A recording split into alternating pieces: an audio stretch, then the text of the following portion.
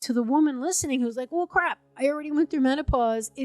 My adrenals are fried. Susan, what do I do now? How do I get it back? How do I heal my adrenals or somehow kick my natural body back in so I enjoy the rest of my life? Do you have any advice for that woman?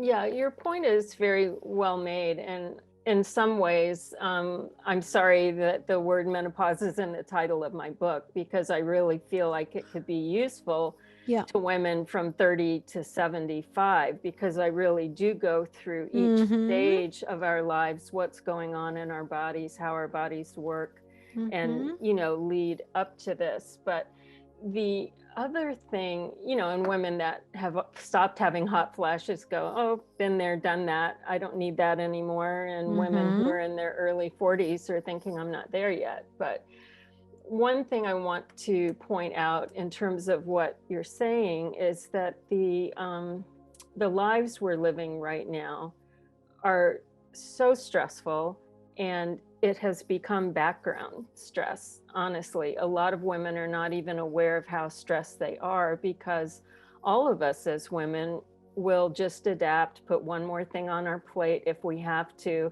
and keep motoring on. And I have had women say all the time, yeah, life is a bit stressful, but no more than it ever has been. And I'm doing the same thing I've always done, but then I miss a period or two, and all of a sudden it's like hot flashes, night sweats, my hair's falling out, I'm gaining weight, I can't sleep at night. How can just missing a period or two make all of that happen? And it's not just missing a period or two, it is the fact that the whole system that's supposed to be there to catch the ball isn't. And one thing I really like to highlight for women is that there is good stress and bad stress, but to your body, it's all stress. It's all the same. The same things happen in your body. You can be living the life our marketing gurus tell us is what we should aspire to. Up at 5:30 in the morning, hit the gym before we have our day of work, fueled on our latte, spend the day doing a job that we love or work that we really love, finish up at night, meet friends for dinner, fall into bed about 11 o'clock, and we love our life and we wouldn't want to change a thing about it. But you put that woman next to someone, for instance, like a single mother raising children on her own, or a woman in an abusive, emotionally or physically abusive relationship, and in many ways their bodies look the same. Both of them are in fight or flight all day, a mild Wow. version of it. They don't have the downtime to recover. Their adrenals are not getting to replenish. They're kind of running on adrenaline, which feels really good. A little adrenaline into the mix makes you feel more energetic, more alert. But they both are in huge deficit in terms of their body's ability to, pick up and do what it needs to do. And when we're young, we don't really feel it that much, because we still have extra energy from, the Right. basic sources. And it's kind of like a bank account. If you're overspending all the time, what the reserve that you have to draw on becomes less and less. Mm-hmm. So I would say that the big difference between the woman who loves her life and the woman who is in a situation that's, emotionally abusive or scary as well, is that the downtrodden woman carries that epigenetic burden of the trauma, because we do store trauma in our DNA, and we know now that this gets passed down through a couple of generations. They've been able to do studies with Native American populations and Jewish populations to find out even where some of this stuff gets coded on the DNA. So the person that loves their life is not going to carry that because they're feeling happy, but in terms of their bodies at the moment we're talking about, they both carry a significant burden. So I like to have women kind of create what I call a good for me, bad for me list. Just start there in your life and say, okay, what is it that nourishes me, brings me pleasure? Because that's another thing that we really don't have enough of. We're not taught as women to think about pleasure, think about our own pleasure. At least in my generation, we weren't Yeah, I didn't mind growing up. either. Yeah, and So, it's the antidote. It's the antidote to mhm. stress, that's for sure. We are meant to experience joy.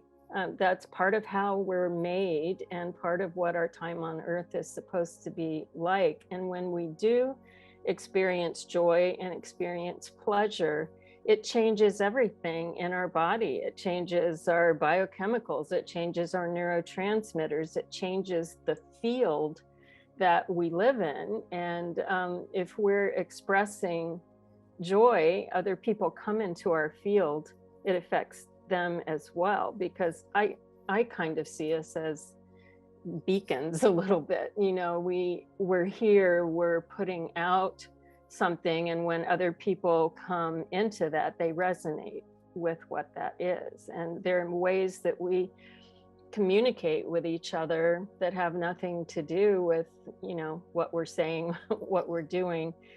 It's just the field that we live in. So back to your question about how can women recover? You can. It takes a lot longer if you're coming in crisis, and that's why I really want younger women to get the message to start thinking about these things earlier, because I know the women in my practice that have had the bandwidth to come in early and say, you know, I know this is coming, I want to be prepared, what can I do now? Then you're able to really start where we need to start, which is hearing the stories, beginning to identify what they're bringing with them to this point in life, looking at the lifestyles and being able to tweak some adjustments here and there, help to get their adrenals strong before this happens. Most women are a little low in progesterone as they get into perimenopause, which is why they have some of the symptoms that they do. And stress will pull off of your progesterone before anything else. I mean, nature is always going to prioritize survival over reproduction. So we're made so that our hormones turn into each other as we need them so that we can adapt. And everything, all the sex hormones are based on the cholesterol molecule, with a few little subgroups added here or there to turn them into different hormones. Progesterone and cortisol are very, very similar. They're almost exactly the same. So when we are overproducing cortisol to meet our stress needs, because nature is going to prioritize that survival, that pulls first off of progesterone because it's the easiest change.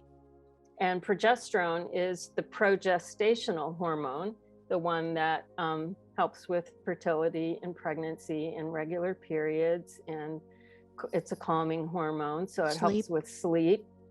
And that's the first thing to go at times of stress. And though our estrogen falls at perimenopause and menopause, progesterone falls first, and it falls further in relationship to where it was than estrogen ever does, because being female, almost every cell in our body has estrogen receptors. So our body nature is going to want to continue to make sure we have estrogen so everything can function.